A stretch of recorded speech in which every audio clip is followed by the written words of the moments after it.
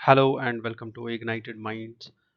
Today, in the session of the Hindu newspaper analysis, we will be discussing the paper of 15th of July 2024. The news articles which are highlighted on your screens are very much pertinent to UPSC.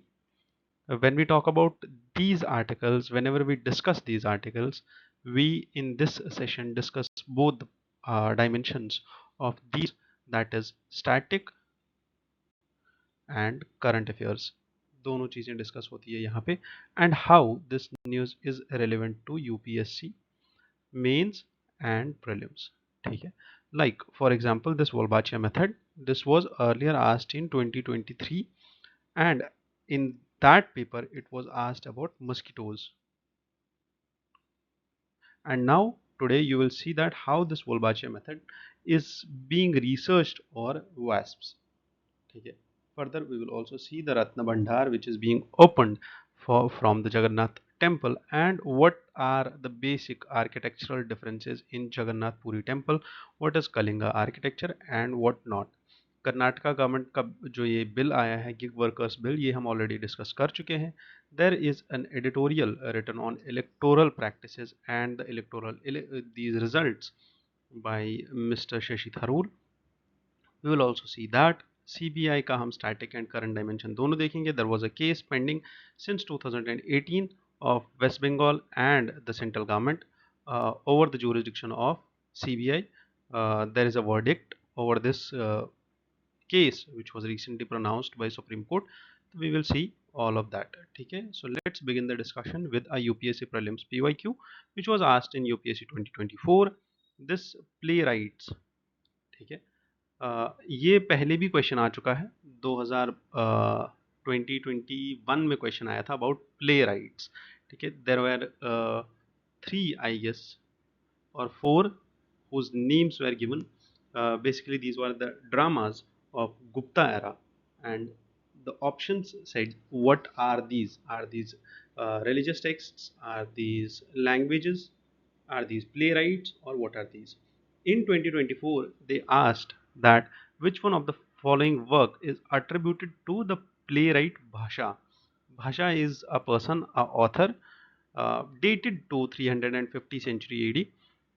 तो UPSC asked इनमें से भाषा ने कौन सा लिखा हुआ है. ठीक है, तो usually play right there was a confusion among a lot of aspirants on this question because they just decoded this question as they said that it's a kavya, so it means poetry, it's a natya, so it means it can be dance and emotion or something like that, and Mahabhashya was by Patanjali.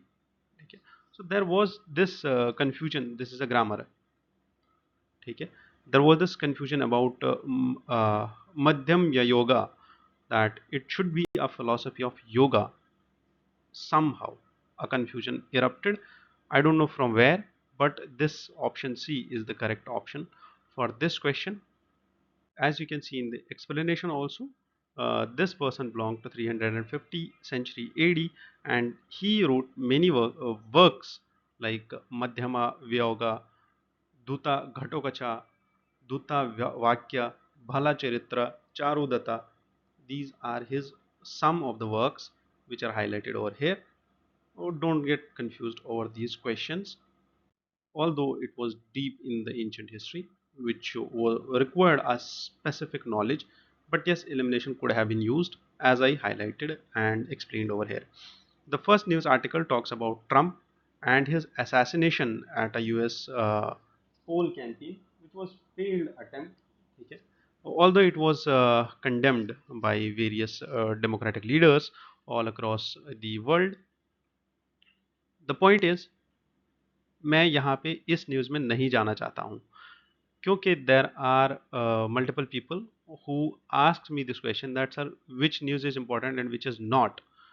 For us, electoral practices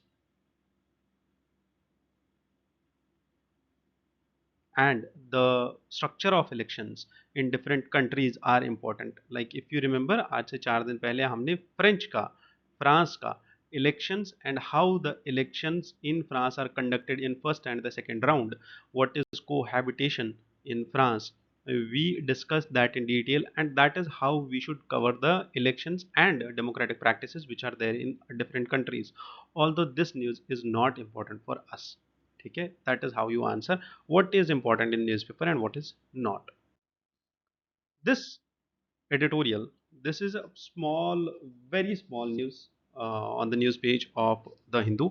I guess page number 12. I do not remember the page number, but this talks about the sanitation workers, okay, which is very much critical topic when we talk about this our sanitation workers and the structure of manual scavenging in India.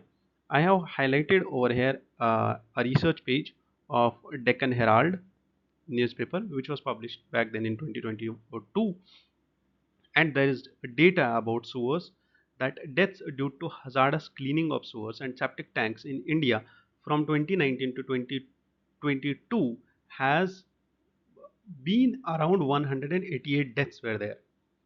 2019 से 2022 तक around India में 188 deaths were there due to cleaning of sewers and septic tanks, out of which 32 deaths belong to Tamil Nadu. So this is a severe case and something which pertains to our GS paper 1 social justice 1 second economy section में भी ये आता है. So welfare imperatives and welfare policies of government में भी ये question आता है और इसके बारे में यूपीएससी ऑलरेडी पूछ चुका है. ठीक है. The point is, there is some data sets which you need to go through, like 97% of these manual scavengers are low caste people. ठीक है. 36% have reported violence while they want to quit this job or while they are doing this job. Done. Around 1424 people, manual scavengers, as per the survey carried out in the state of Bengaluru, Karnataka, highlight that there are around 1400 people who are working as manual scavengers on the daily basis. Done. So this is how you should understand this.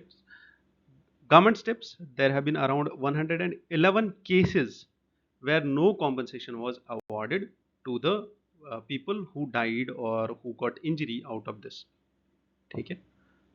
Keep this in mind and let's discuss a bit more about manual scavenging. It's a practice which has been banned in India already. Uh, if you see the recent data, Ministry of Social Justice, as we already saw some of the data points, Ministry of Social Justice and Empowerment highlighted that only 508 out of 766 districts have declared themselves manual scavenging free. So there are yet many districts, around 200 districts, which are to be declared manual scavenging free in India.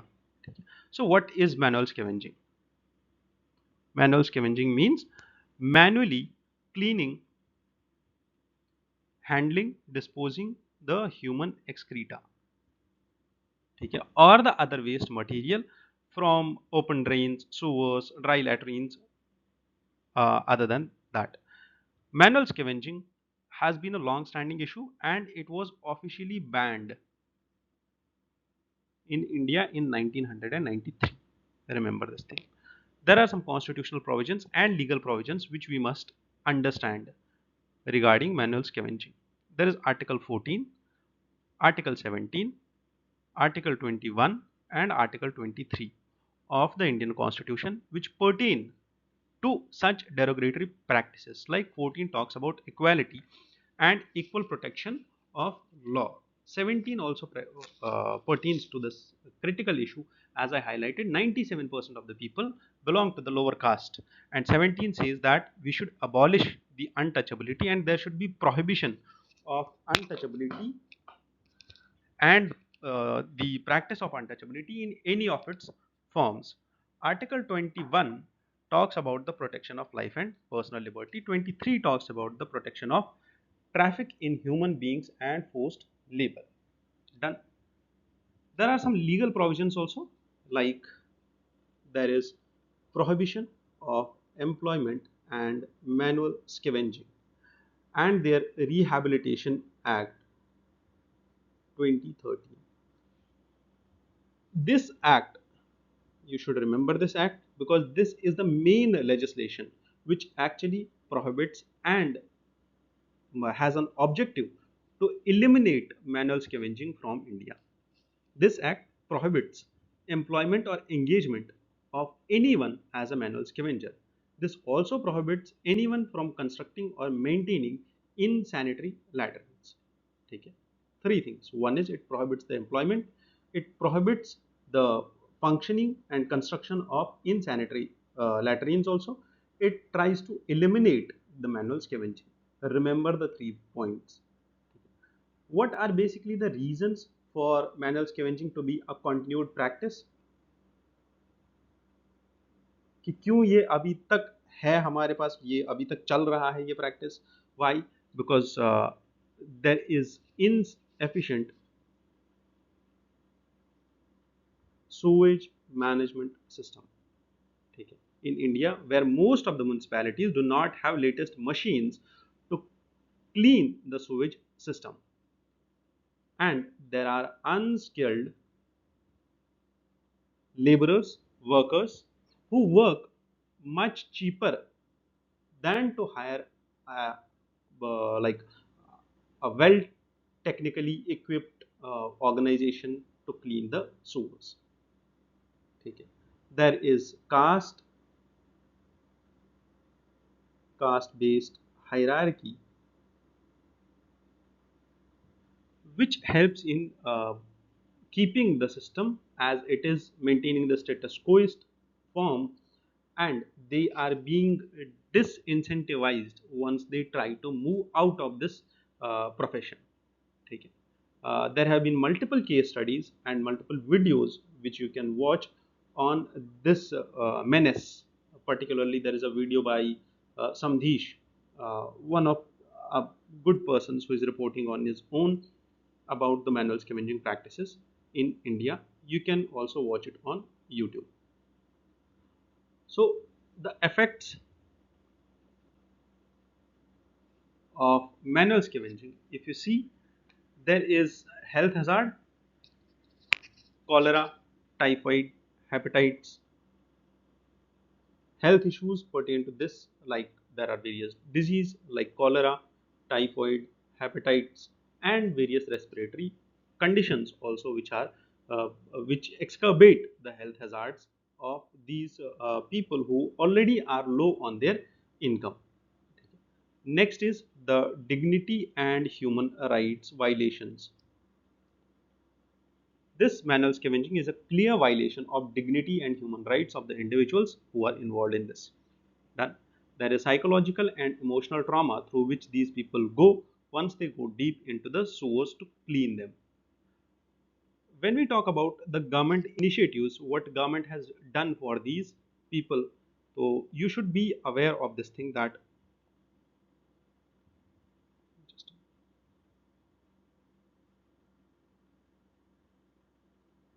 there are government initiatives, and you should be aware of these initiatives. Like in 2014, Supreme Court made it mandatory for government to identify all those who have died, in this, and provide them a compensation of 10 lakh each. Okay, that was the compensation scheme. In the rehabilitation efforts, there are around 58,000 manual scavengers in India which have been identified and given a one-time cash out payment of 40,000 rupees. Okay, this is 40,000 rupees. One-time cash payout of 40,000 rupees was given to 58,000 manual scavenging laborers.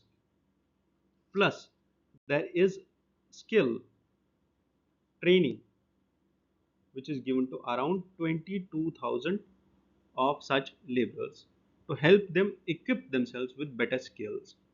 There is a program known as Namaste scheme of Government of India which works for 100% mechanization of the sewer work. ठीक है? Budget 2023-24 has allocated around 100 crore rupees for this Namaste scheme. Okay. So these are such issues which you should remember. There are other related initiatives like Safai Mitra Suraksha Challenge, Swachh Abhiyan app, Rashtriya Garima Abhiyan and national commission for सफाई कर्मचारीज। मैं dictate क्यों करता हूं? ताकि आप ये video pause करके ये चीज़ें लिखते चले जाएं। ठीक है। So what should be the way forward and what should be the solution for this menace? It should be technology driven solutions, and we should also promote entrepreneurship and skill development in such uh, domain where plumbing, electric work, computer literacy and entrepreneurship for cleaning the sewages and scavenging these drains becomes a job taken over by the robots. Okay. There is a UPSC PYQ also, which was asked, UPSC asked a PYQ on one of the initiatives known as Rashtriya Garima Abhiyan, जो मैंने अभी अभी बोला. This question was asked in 2016, and this question asked that Rashtriya Garima Abhiyan is a national campaign with an objective of what? To rehabilitate the homeless and destitutes, to release the sex workers, to eradicate the practice of manual scavenging and to release the bonded laborers. ठीक है, ये 2016 का question है. तो see the importance of this topic, already asked in UPSC. Okay. Once asked in prelims, it has high chances to be asked in mains also. Now, the next important point, next important article talks about that uh, there was our this home minister who happened to be in Madhya Pradesh on the day when Madhya Pradesh recorded, particularly Indore, a city in Madhya Pradesh, recorded a Guinness World Record for planting 11 lakh saplings in 24 hours. Okay. 11 lakh saplings in 24 hours were planted in this Indore district, and this made a world record. Now, this topic pertains to the GS3, that is environment. This is an important topic about climate change. This is an important topic about forest cover also. So let's discuss a bit more into this topic. When we talk about the forest cover in India, the major conservation initiatives by Government of India are, first of all, we have Forest Survey of India. The Forest Survey of India is headquartered in Dehradun, and it's a biennial exercise, that is which is held every 2 years. And what it does is it covers forests every 2 year, and it has been conducting the data about forests since 1987.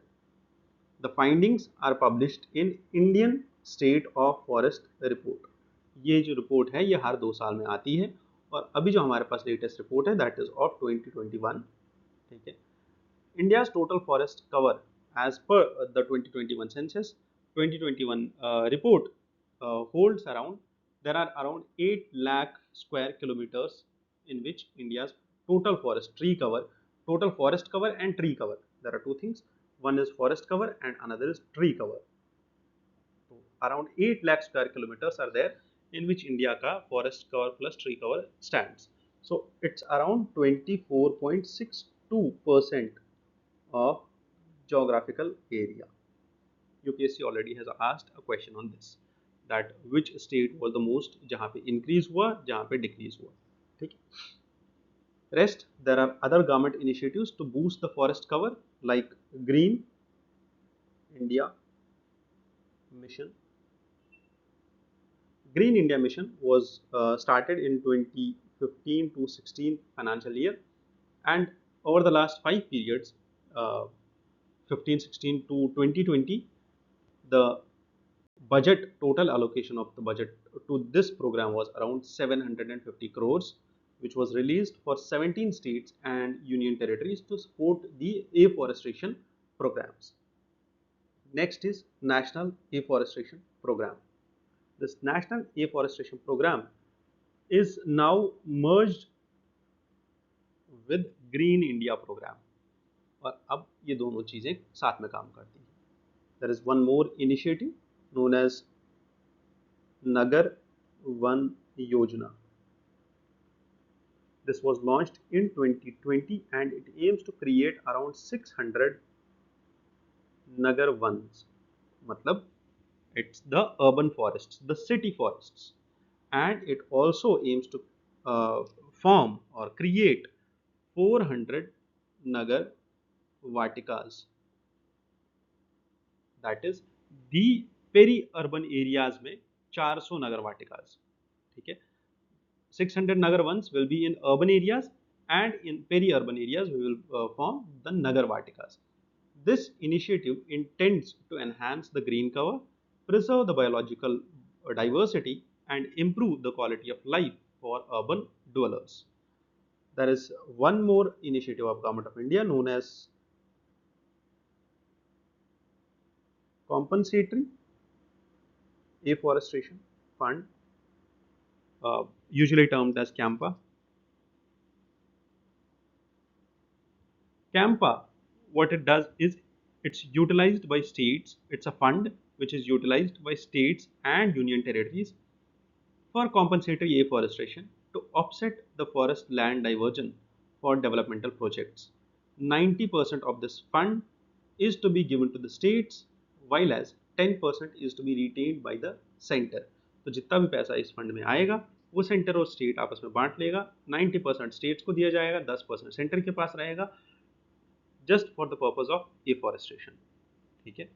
There are other departmental efforts also by different departments. UPSC already asked a question about this topic also, and it asked that at the national level, which ministry is the nodal agency to ensure effective implementation of ST and other tribal, or we call this Scheduled Tribes and Other Tribal Forest Developers Act 2016, 2006. Sorry, this act, which of the following ministry is responsible to implement this act? तो it was Ministry of Tribal Affairs, जिसको हम मोटा भी बोलते हैं, ठीक है। तो this was the question asked by UPSC earlier in 2021, ठीक है। Done. Let's move to the next editorial. This editorial talks about the honor killing.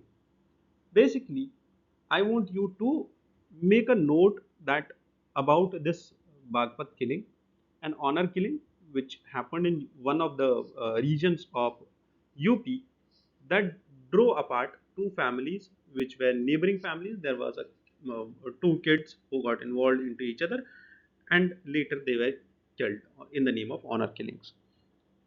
This topic uh, is not as such important to be dealt in detail unless you have a sociology optional, but you can highlight this topic, the example of this topic, in your society question and in your essay also, that how much important is it to regulate the civil affairs. Okay. Next, editorial. This is very much important editorial, and I want you to understand the nits and grits of this editorial, not in detail but to some extent, because there are some terms जो यहाँ पे doctor Shashi Tharoor ने highlight की है. One is the third wave of democracy. Although it seems that ये एक ऐसा editorial है या ये कुछ ऐसी टर्म्स है जो पॉलिटिकल साइंस के ऑप्शनल के स्टूडेंट्स के लिए ज़रूरी है, but no my friend, it's important for all of us and you should understand the terms. ठीक है. So what is the term? I have already in detail provided you a slide after this. It talks about one term, that is the third wave of democracy, and it also talks about hung parliament, and it also talks about cohabitation. These are the three terms. Rest, there is too much of English which you do not need to add to your vocabulary. You can leave that aside. Yes, Dr. Shaiji Tharoor, very well known for his fluency and the richness of his vocabulary. So we should not dwell too much into that of his vocabulary. Okay. There is one more point which is highlighted over here, that is VDEM. It's a Sweden's Varieties of Democracy Institute which has downgraded the democracies, and it provides an index, जो index हमें याद रखना है, that is V Dem index, ठीक है। And this index ranks democracies around the world on different parameters. Okay. Now, what are these two terms highlighted over here? One is the third wave of democracy, which was given by Samuel P. Huntington in his book, The Third Wave Democratization in the late 20th Century. This talks about, the third wave talks about the significant period of global democratization that began in mid 1970s and continued till 1980s and 1990s in various parts of the world, in which the authoritarian and totalitarian regimes were rejected, like monarchy, autocracy, rule by the kings and colonial governments was rejected, and many of the states, many of the nations around the world adopted two democratic systems of the government. बस इतना आपको समझना है कि there was a time period in the history of mankind 1970 से लेके 1990s तक, जब वर्ल्ड में एक वेव आया डेमोक्रेसी का, जिसमें बहुत सारे डेमोक्रेटिक नेशंस बने। उन्होंने चैलेंज किया कॉलोनियल गवर्नमेंट को, उन्होंने चैलेंज किया ऑटोक्रेटिक गवर्नमेंट्स को, उन्होंने चैलेंज किया मोनार्किकल गवर्नमेंट्स को। लाइक पोर्चुगल में रेवोल्यूशन आया, अमेरिका में रेवोल्यूशन आया, लाइक इंडिया में चेंजेस आए, and what not, there was democratisation particularly in Africa and Latin America, ठीक है।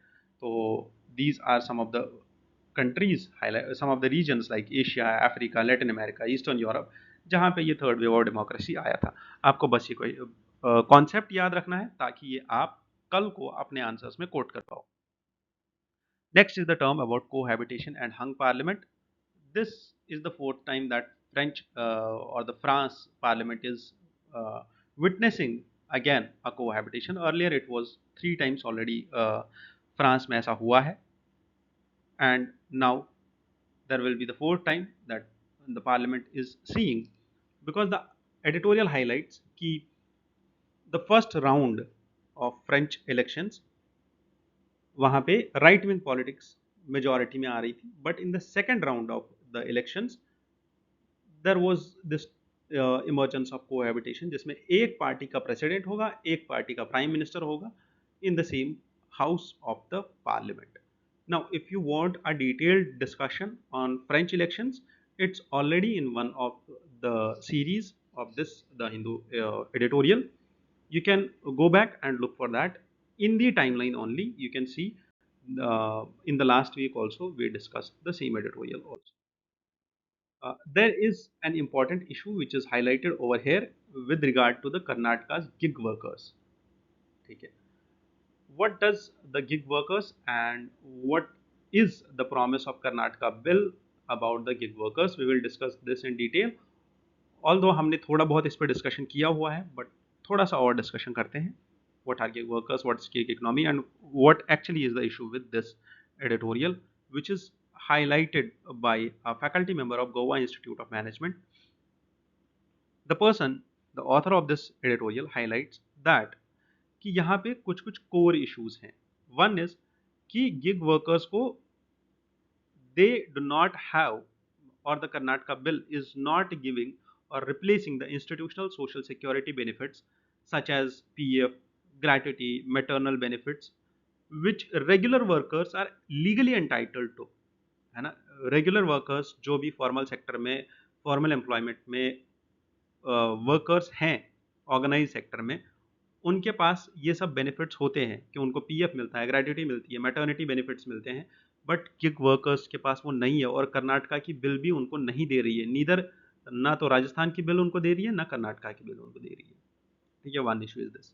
Next is he highlights this thing जो हमने ऑलरेडी डिस्कस किया हुआ है, that welfare board models have been poorly implemented historically.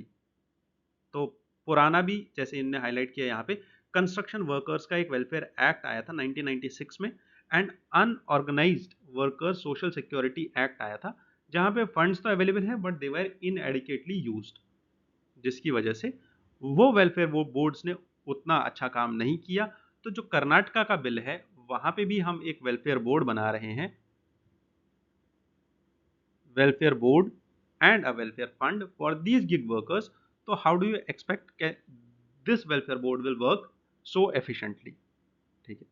Next important issue he highlights is that this bill does not guarantee a minimum income wage entitlement on revenue sharing between the aggregators and gig workers.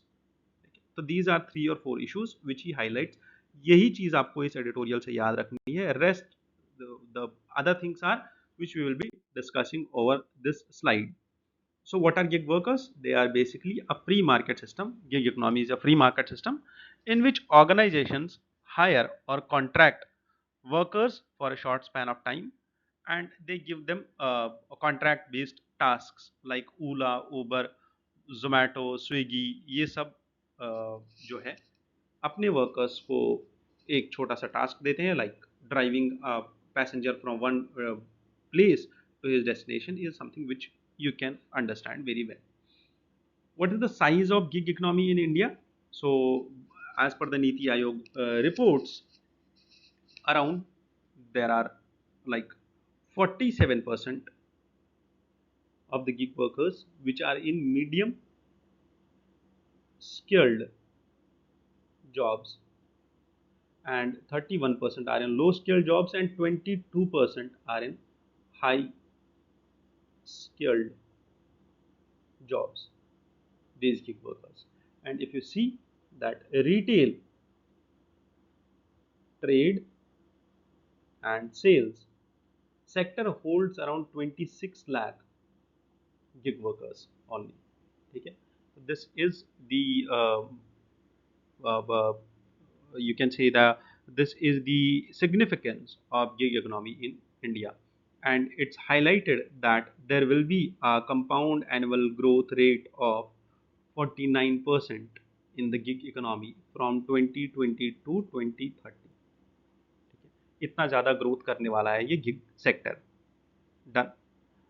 As per the Boston Consultancy Group, they have indicated that participation in the gig economy is higher in developing countries than in developed countries. Okay? So this is also a point which you should remember. There were around 77 lakh workers in total who are engaged in gig economy across different sectors in 2020 and 2021. Remember these things? Normal. But when you see the average income of a 27-year-old gig worker, of an average 27-year-old gig worker, monthly is around 18,000 rupees only in India. Okay. So this is the median age of Indian gig workers, which have their annual, like monthly average of 18,000 rupees only, which is something very meager in terms. Understood? Now, what are the challenges which are associated to the gig workers in India? First of all, they are being paid low. There are low wages. There is unequal gender participation, gender disparity. Fine. And there is lack of possible upward mobility. Like if you start as a content developer, you will be a content developer always because you work as a content developer only. So the proper promotion system does not happen in this gig economy. So there is no upward mobility in this. Okay. The companies which hire gig workers, they hire them on contractual basis and they are not considered as employees. So what should be the improvements in gig economy? The improvements can be like fiscal incentives. As per Niti Aayog in its report known as India's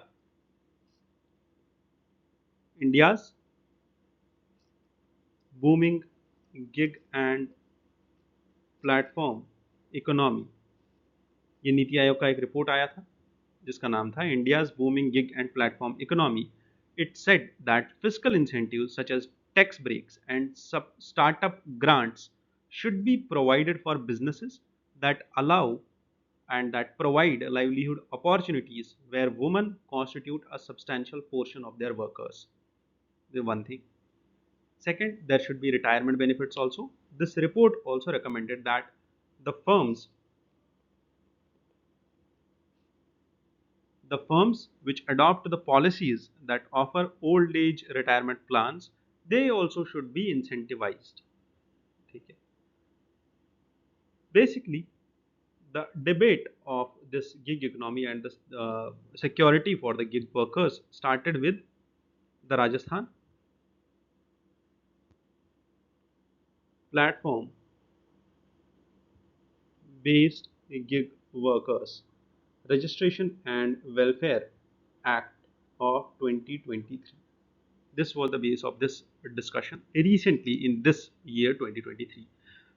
So they passed this act in the Rajasthan assembly, and under this act what they did was they established a board to ensure that gig workers registration and welfare will be addressed and their vulnerabilities will be protected. They will have collective bargaining power and negotiations. The board which Rajasthan platform based gig workers provides for will help them in addressing their grievances and redress their grievances in a proper mechanism. The Act also provides provisions for establishing a social security fund.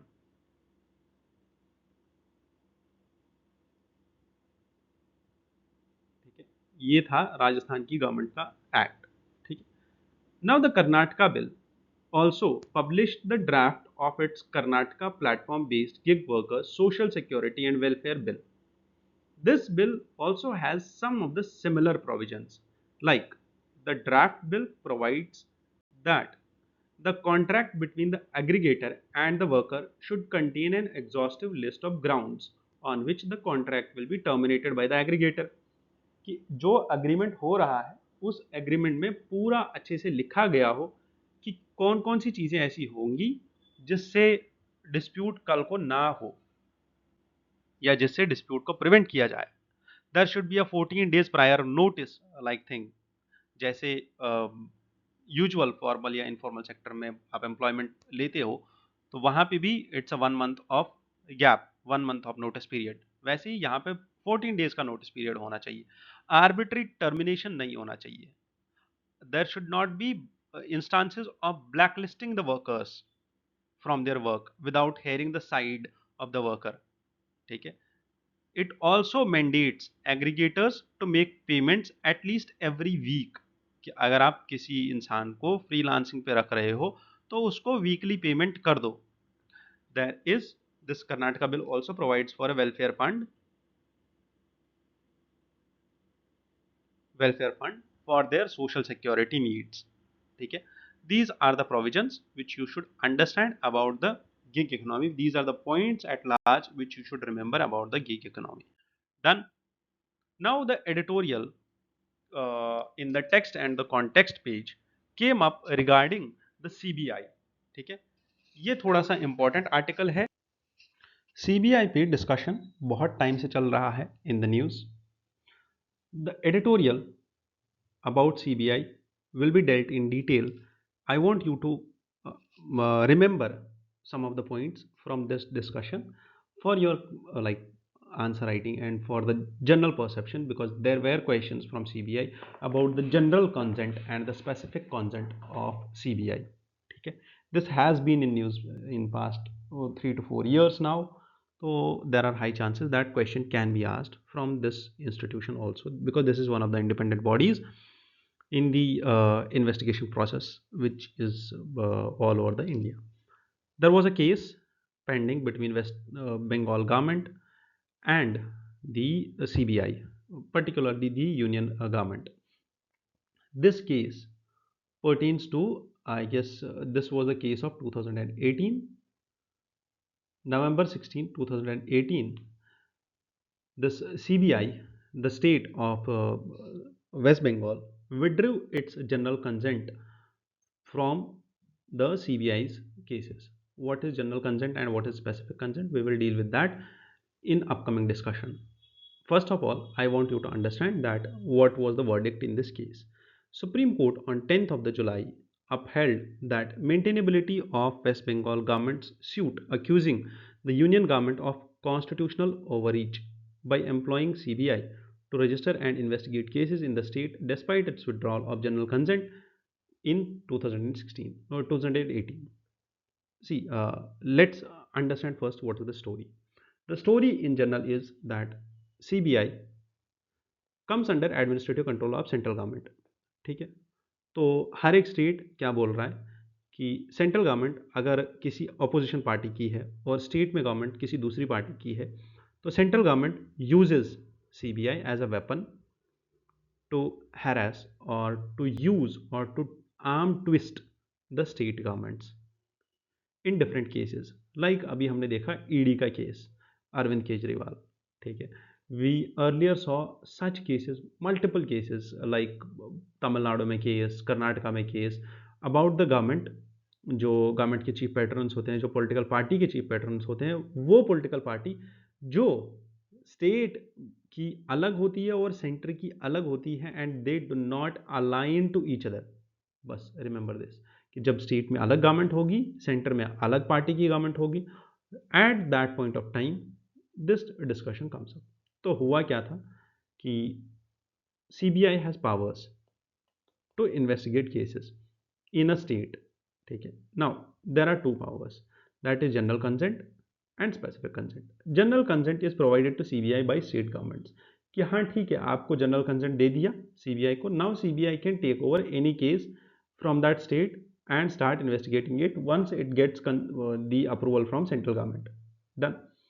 The point which was being discussed in this case was that West Bengal ने बोला that central government, जबकि हमने CBI का general consent वापस ले लिया, कि हमने बोला CBI हमारे यहाँ मत आना, तब भी सेंट्रल गवर्नमेंट CBI को यूज करके स्टेट गवर्नमेंट को हरास कर रही है या स्टेट गवर्नमेंट को कॉन्स्टिट्यूशनल ओवररीच कर रही है. CBI का यूज करके कॉन्स्टिट्यूशनल ओवररीच कर रही है और हमारे इंटरनल अफेयर्स में जो है प्रॉब्लम्स क्रिएट कर रही है. This was the issue.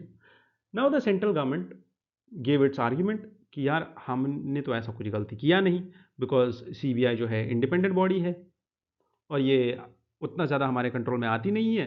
तो CBI असल में खुद से इन्वेस्टिगेट कर रही है, हमने तो इसको नहीं बोला करने को. ठीक है, तो CBI का ये बिहेवियर, ये एक्शन लेना, इसको गवर्नमेंट ने डिसोन कर दिया. पर्टिकुलरली अगर आप देखो तो नॉर्मल शब्दों में हम इसको यही बोलेंगे कि इसको डिसोन कर दिया, कि हमने नहीं बोला है, ये खुद चला गया है काम करने, ये इंडिपेंडेंट बॉडी है, इसका अपना मैंडेट है, इसके पास अपना एक्ट है. तो जो सेंट्रल गवर्नमेंट के सॉलिसिटर जनरल तुषार मेहता है, when he appeared in the court, he said that it's the CBI which is registering the case in the question, but CBI is not a defendant in this suit, because CBI को highlight नहीं किया था waste Bengal की government ने. Waste Bengal की government ने जब case बनाया तो उन्होंने स्टेट वर्सेस सेंटर केस बनाया सुप्रीम कोर्ट के पास, एंड सुप्रीम कोर्ट के पास जब तुषार मेहता आए तो उन्होंने बोला इस केस को टोटली डिसमिस किया जाए, क्योंकि बेसिकली ये केस सेंटर और स्टेट वर्सेस, मतलब स्टेट वर्सेस सेंटर नहीं है. This is a case of state versus CBI. But in this case, Supreme Court said no. CBI comes under the jurisdiction and administrative control of union government. Take it. And you have to take the responsibility of this. Take it. Tushar Mehta said that CBI was an independent agency and it did not function under the direct control of union government. The union does not supervise the registration of offences or investigation or the closure or filing of charge sheets by CBI. So therefore, in the proceedings, he concluded that the agency cannot initiate any investigation without the express authorization of union government. Done. That is it about this जो अभी का ये judgement आया है इसके बारे में. ठीक है, you can see over here, ये सब चीज़ें लिखी हुई है जिस्ट में. Now let's dwell a bit more into CBI. ठीक है, and this judgment. Justice Acharya, he said that if CBI is permitted to initiate investigations in the state that have already revoked their general consent, it would be an affront to federalism because this will strain center state relations. Now, I want you to understand the article 131 of Constitution. What is Article 131 of the Constitution arguing about? Article 131 says that the actions of Union government and involvement of CBI in the state infringed upon its sovereignty. Sorry. This case highlighted that article 131 के अंदर जो CBI article 131 है क्या असल में article 131 deals with the powers of Supreme Court. Article 131 gives exclusive and original jurisdiction to Supreme Court to address disputes between center and state. ठीक है exclusive and original jurisdiction to Supreme Court to address disputes between center and state. Now the state accused center कि ये जो है constitutional overreach हो रहा है और हमारी सॉवरेंटी पे हमला हो रहा है due through this CBI investigations. यहाँ तक तो क्लियर है. जजमेंट क्या आ गया वो भी क्लियर है, सब चीज़ें क्लियर है. Now let's see what CBI has to figure out or what CBI has for us to offer us for UPSC syllabus. So CBI was established back then in 1941. CBI was established in 1941 with a Government of India special police establishment. This is a special police establishment which was formed to investigate the crisis of the cases of bribe and corruption. ठीक है, bribe और corruption के cases को देखने के लिए. That was one thing due to which with this was came into force. Next, in 1946 there came this act known as Delhi Special Police Establishment Act, which brought into force this Special Police Establishment Act brought into force and transferred the superintendence of the special police establishments to Home Department. तो ये home ministry के अंदर आ गया. Now this was enlarged to cover all the departments of the government of India and later CBI was established actually in 1963 by a resolution. So in 1941 there was a establishment of special police establishments.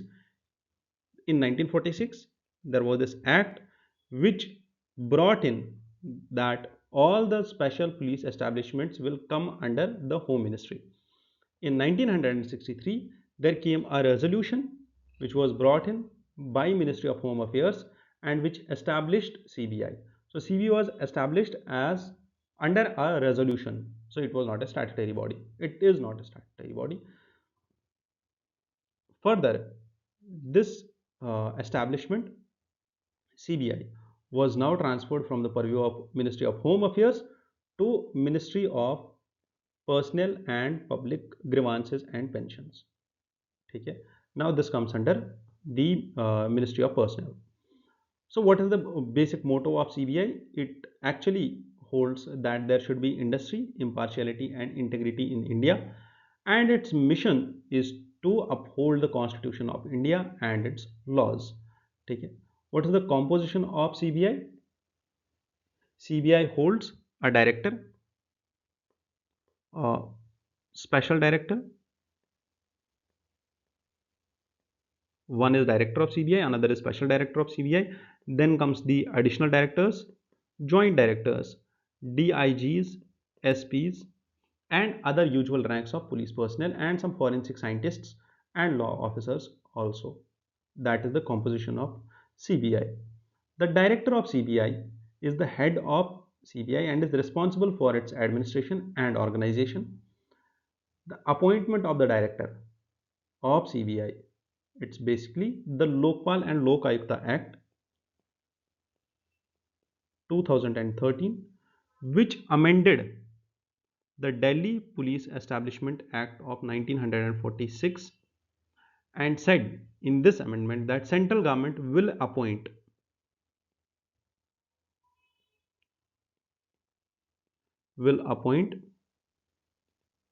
the director of CBI, and the director of CBI will be appointed on the recommendation of a 3-member committee. और इस 3-member committee में कौन कौन होगा? PM होगा, leader of opposition होगा और chief justice of India होगा. वो जो रेकमेंड करेंगे नाम, उसी नाम को सेंट्रल गवर्नमेंट अपॉइंट करेगी एज डायरेक्टर ऑफ सीबीआई. ठीक है, यहां तक तो क्लियर आ गया. Although recently there was no single largest opposition in Lok Sabha, and this leader of opposition was not appointed, so that created some issues in the appointment also. What is the tenure of director of CBI? Basically, the tenure of director of CBI is regulated under the Central Vigilance Commission Act 2003, and it says that a director of CBI has a fix tenure of 2 years. अगर आप यहाँ पे देखो तो मैंने यहाँ पे बहुत सारे एक्ट्स को डिस्कस किया हुआ है, because CBI is a complex body. इसमें बहुत सारे एक्ट्स इन्वॉल्व है, like Lokpal and Lokayukta act involve है 2013 का, Delhi special police establishment act involve है 1946 का. It was instituted by a resolution also. There is the central vigilance act 2003 का. तो ये सब चीज़ें याद रखनी है. Also, there is Delhi Special Police Establishment Act, Delhi Special Police Establishment Act of 2021, which provided, this was the recent most amendment, and it provided that the tenure of director can be extended. The tenure of the director can be extended from 2 years, because the CVC Act provides for 2 years. It provided that it can be extended from 2 years to 5 years. तो director का जो tenure है वो 5 साल भी हो सकता है, given that this extension is 1 year at a time. कि हर साल इसका एक्सटेंशन एक साल बढ़ाया जा सकता है विद प्रॉपर लेजिस्लेटिव फ्रेमवर्क. ठीक है, done. This is all about CBI. Now the administrative control of CBI. Administratively, this CBI is being controlled by central government, and the superintendents, as per the CVC Act of 2003, the superintendents of Delhi Special Police Establishment vests with central government only. ठीक है, which was very well debated in this article also. ठीक है, let's move to the next editorial, and this editorial talks about Jagannath Temple. Jagannath temple में, हर एक temple में there is this treasury, जिसको usually हम दान पेटी बोलते हैं, कि लोग उसमें अपना दान डाल देते हैं, कि किसी को कुछ डोनेशन देना है तो वो उसमें डाल देगा. This Jagannath Puri treasury is being open after 46 years. ठीक है, और इस ट्रेजरी में बहुत सारा ये जो है होगा, इसमें बहुत सारा कलेक्शन होगा डोनेशंस का. We are not really interested into how much amount is there collected, but yes, we should be aware of the architecture of the Jagannath Puri temple, because one of the most important temples of India. ठीक है, so this Jagannath Puri temple is obviously located in Puri, Odisha. This is a Kalinga or Odia style architecture. ठीक है, I want you to understand this thing. Why am I covering this? Because last year also there was continuously a news about Shanti Niketan. There was a news about UNESCO World Heritage Site status given to Shanti Niketan, and it came into newspaper, this UPSC prelims this year also. About Jagannath Puri temple, it's one of the sacred Hindu temples in the world. So who is Jagannath? Jagannath is basically Krishna. This is actually, this temple belongs to Vaishnavite sect, and Lord Jagannath is basically the deity form of, Hindu deity form of Lord Vishnu. ठीक है, It's believed to have been built by King Anantavarman of the dynasty known as Choda Ganga dynasty, and this king belonged to eastern Ganga dynasty of 12th century. ठीक है, 12th century में ये temple जो ये king है उनने ये temple start किया, इसका origin, and it's basically attributed to him. Now there is one more important point, that this temple is also called as Yamanika Tirth, a destination of Yama. Yamanika Tirth means that the god of death, that is Yamaraj, उसका जो effect है, उसकी जो powers है, वो इस जगह आके नलिफाई हो जाते हैं। Why? Because there is presence of lord Jagannath in this temple. The architecture is Kalinga in nature, as I already said. ठीक है, the temple's main structure, the sanctum and the sanctorum has one garbhagriha, that is the area जहाँ पे the lord Jagannath himself is there. The festival which is associated to Jagannath temple is Jagannath Puri Rath Yatra. ठीक है, the festival commemorates Jagannath's annual visit to Gundicha temple. तो there is a Rath Yatra. ठीक है, there is a Rath Yatra which is associated to this Jagannath temple, जिसमें जो idol है उसको एक जगह से दूसरी जगह लेके जाते हैं, which is गुंडीचा टेम्पल, जहाँ पे उसको लेके जाते हैं। ठीक है, you need to remember this point also. This Rath Yatra is actually in the Ashada month of this lunar month of Ashada. ठीक है, यहाँ तक क्लियर है, चीज़ें समझ में आ गया। This is Jagannath temple, and when we talk about the architecture of this Jagannath temple, तो इफ़ यू सी, जो इसका ये विमना है या शिखरा है, ये थोड़ा सा डिफरेंट है when we talk about the Nagara architecture. ये नगरा आर्किटेक्चर से डिफरेंट है। क्यों? Because this shikhara is basically the tower of this temple is upright in position. यहाँ पे ये वर्टिकली जैसे बाकी नॉर्थ इंडियन टेम्पल्स में ऐसे होता है, ये वैसा नहीं है। This actually has a sudden curve at the top. ठीक है, and this is known as Rekha Deol. ठीक है, इस शिखर को बोलते हैं रेखा देओल, यहाँ पे शिखर को बोलते हैं रेखा देओल। ठीक है, there is one more term known as Jagamohana. Jagamohana is basically mandapa in the Nagara architecture. मंडप या मंडपा जो नॉर्दर्न नगरा आर्किटेक्चर में होता है, उसको उड़ीसा आर्किटेक्चर में जगमोहन बोलते हैं। Remember these two terms which are very much important. Another is Rekha Deula also, which is very much important for your prelims, this prelim section of your exam. ठीक है, आपको ये याद रहना ज़रूरी है। Done, and there are some more important points which I want you to remember about this temple. One is that this temple is also called as White Pagoda. ठीक है, and there is one more Black Pagoda, that is the Sun Temple or of Odisha only, that is known as Black Pagoda. This White Pagoda is a part of चार धाम pilgrimage. ठीक है, जो चार धाम यात्रा होती है हिंदुइज्म में, उसमें चार टेम्पल्स आते हैं। One is Badrinath, one is Dwarka, पूरी, दैट इज दिस पूरी का Jagannath temple, and the last one is Rameswaram.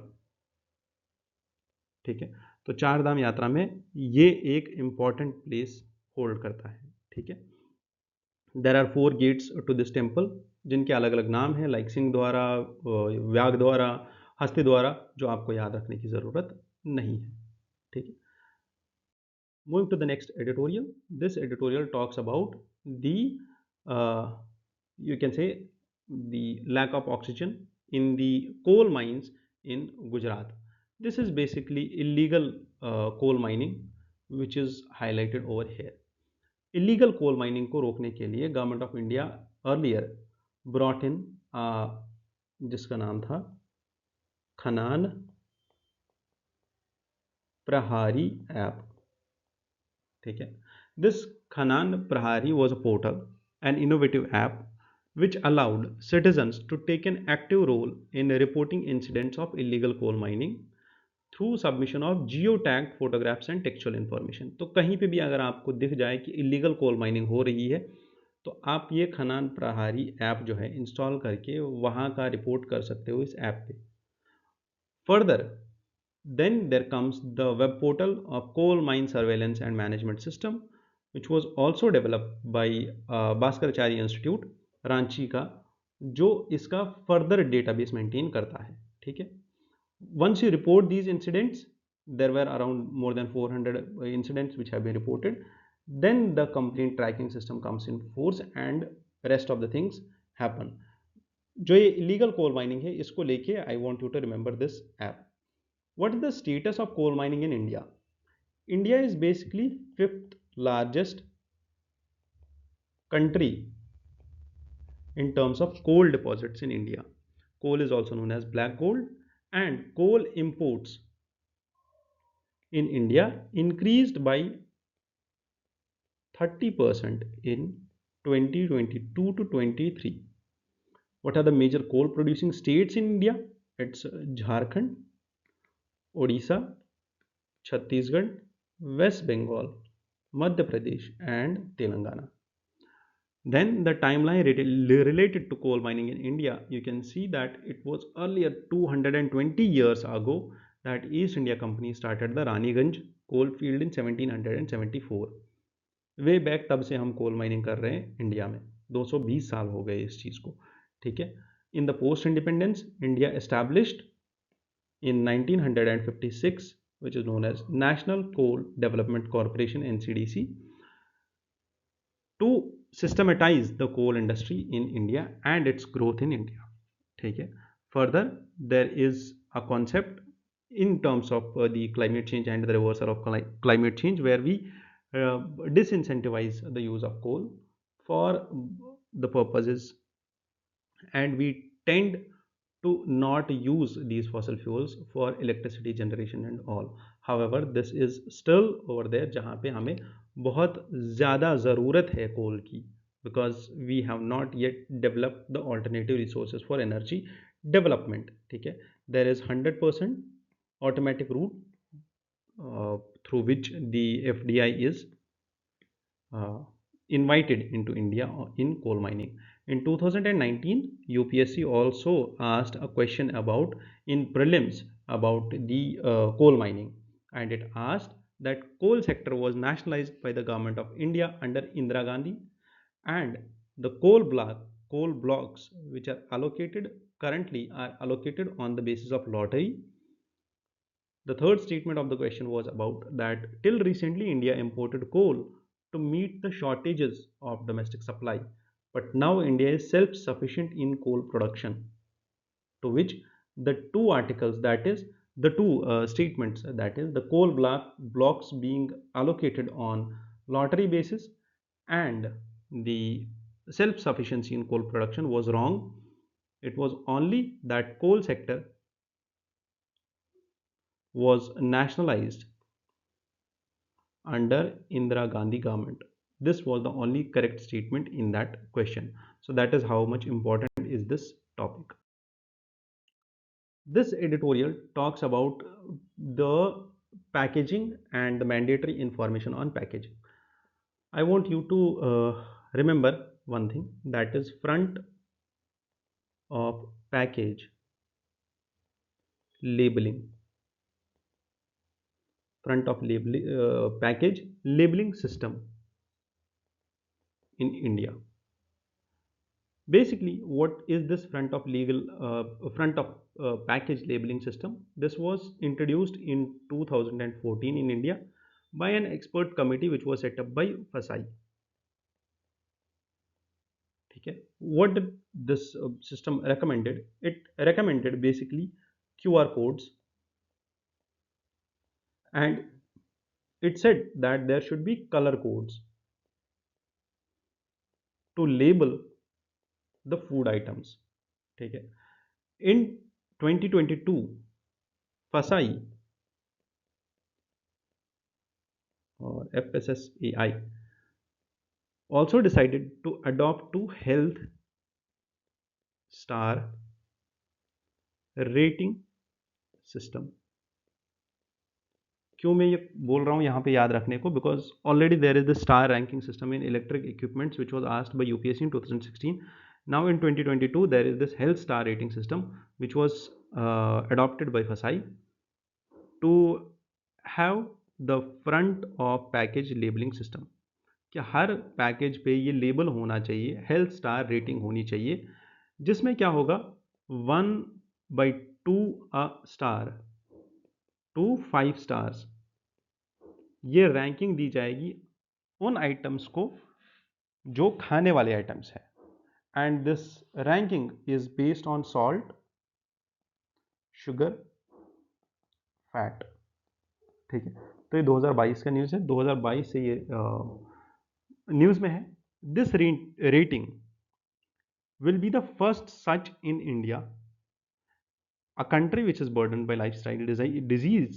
तो इसलिए ये इम्पॉर्टेंट बनता है और यही चीज़ है जो आपको याद रखनी है इस न्यूज़ से related. Last but not the least is something Wolbachia।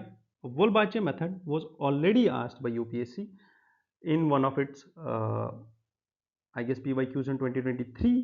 2023 में यूपीएससी ने ये क्वेश्चन पूछा था Wolbachia मेथड क्या होता है। और Wolbachia मेथड को लेके, Wolbachia method is basically about mosquitoes. ठीक है। जब ये न्यूज़ में था उस टाइम पे तो it was basically to control the population of mosquitoes. But जो आज का एडिटोरियल है it talks about the Wolbachia method in terms of the spread of wasps। ठीक है। Wolbachia है क्या असल में? Wolbachia is a bacteria which is present in insect eggs। They are absent in the sperm of male, which means that Wolbachia can be transmitted by females only to their offsprings, while as males cannot transfer it। ठीक है। So if a female has Wolbachia bacteria inside and it's transferring it to its population, what happens? This Wolbachia, this bacteria helps them to be resistant to viruses। ठीक है। ठीक है। It makes the insect to be resistant towards virus। अब जो है इस insect जिसके पास ये Wolbachia अंदर है, मतलब जो Wolbachia बैक्टीरिया को कैरी कर रहा है, वो अब वायरस से इन्फेक्ट नहीं होगा। विच मीन्स कि कोई भी वायरस उस इंसेक्ट को हैम्पर नहीं करेगा। अगर वो वायरस के कंटैक्ट में आता भी है तो this bacteria will help him to tackle with that virus, which means that this insect will not be a vector to transfer the disease from one person to another person. ठीक है। That is why this Wolbachia method was introduced. There is the first paragraph of this editorial talks about how this Wolbachia method came into existence। I want you to understand that how this Wolbachia method works। ठीक है। That is what I highlighted over here, जो मैंने यहाँ पे बोला आपको। तो basically this Wolbachia method provides resistance to the mosquitoes who the Wolbachia bacteria provides resistance to the mosquitoes in fighting disease or the viruses like dengue, Zika, chikungunya। ठीक है। These viruses can be fought very well by these mosquitoes once they come into contact of these viruses। Basically what happens is, if there is a mosquito which has Wolbachia bacteria with him, if he bites a person, uh, for example an infected person, and he catches this virus, for example dengue virus, then this mosquito which has Wolbachia bacteria with him will tackle with the virus on its own और ये virus को मार देगा। Then when this mosquito, an infected mosquito, ticks or bites another person, because of the Wolbachia present there, will not infect the person B. Therefore, the spread of the disease will be controlled. Okay? So this was a ground breaking strategy for vector borne disease to control them. Okay? So remember this is a sustainable and cost efficient strategy which you can very well quote in answers. And already UPSC asked a question in 2023 prelims, and the question was that Wolbachia method, which is sometimes talked about in news, uh, is related to what? Is it related to virus diseases which are being spread by mosquitoes, or crop spread, or crop residue, or biodegradable plastics, or biochar, or the conversion of biomass? That's all about this. Okay. At the end, there is our UPSC PYQ. I want you to understand this question very well. This is a 250 words question for 15 marks. It says, how did the colonial rule affect the tribals in India? What was the tribal response to the colonial oppression? The tribals occupied the forest areas, and resource richness of these areas attracted British to these areas and their commercial potential. चूंकि tribal areas में बहुत ही ज़्यादा resources थे, whether in terms of forest और the agricultural land from which British could have gain some revenue. This was a source of attraction for them to interfere into tribal population. And once this colonial rule entered the tribal areas, then started the tribal colonial conflicts. ठीक है, जिसमें आपको छुआर uprising मिलेगी, मुंडा uprising मिलेगी, आपको Christianity का वो देखने को मिलेगा कि Christian missionaries once they enter the tribal areas, they started to convert these tribals to Christianity. ठीक है, इसके साथ साथ forest acts and forest protection, Indian forest act आ गया, चिंचू ट्राइब्स को झूम कल्टिवेशन करने से रोक दिया गया. Multiple instances of forest based rebellions and uprisings like Santhal rebellion, like Bastar rebellion. You can further go through Birsa Munda ka Munda revolt. Okay, you can go through further through the answer and attempt this question on your own. If you attempt this question and send it to us, I'll get it evaluated myself, then we will respond to you timely. With this, I thank you for being into this discussion. All the best and have a nice day ahead. Thank you.